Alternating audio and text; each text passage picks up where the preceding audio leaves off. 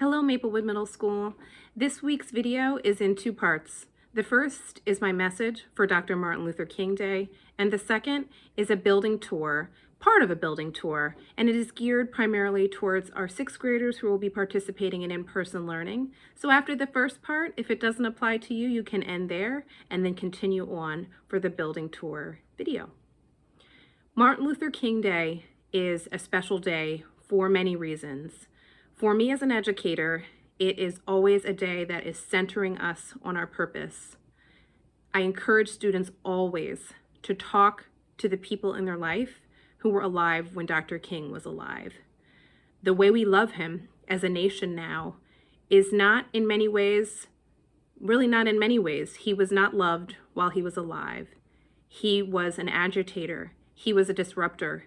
He was trying to change systems that were harming people, harming Black people, harming poor people, harming marginalized communities.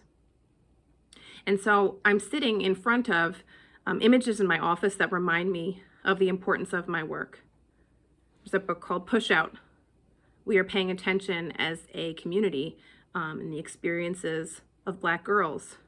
I have the New Yorker cover that includes images of Black people whose lives have been taken by law enforcement. The only way as a community that we can honor Dr. King's legacy is to disrupt these systems. If he were alive today, he would be on the front lines disrupting systems that harm these communities. I always tell you that readers are leaders, and so I think it's fitting to end with Dr. King's words. His own words are extremely powerful.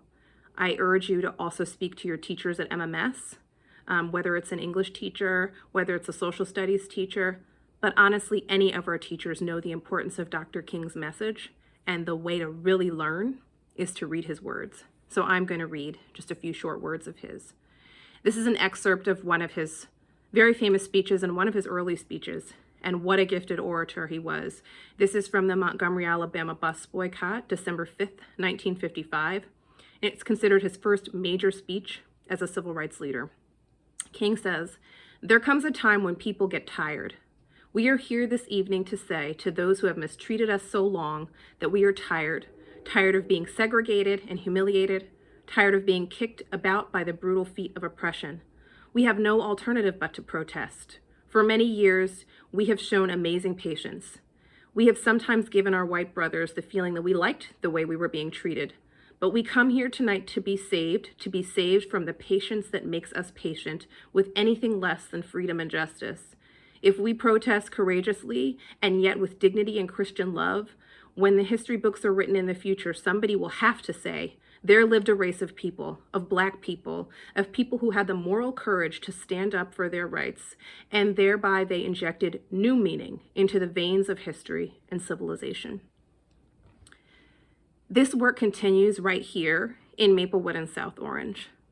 And Dr. King's legacy lives on in many local groups. We're so proud of Miss Bradshaw's direction and our students who sang at the Community Coalition on Race in their event honoring Dr. King's legacy. The Community Coalition on Race, MAPSO Freedom School, Soma Justice, and MAPSO Youth Coalition, and countless others are local groups committed to disrupting systems that harm marginalized communities, students, people of color, Black people in our communities. And so there are many ways to get involved.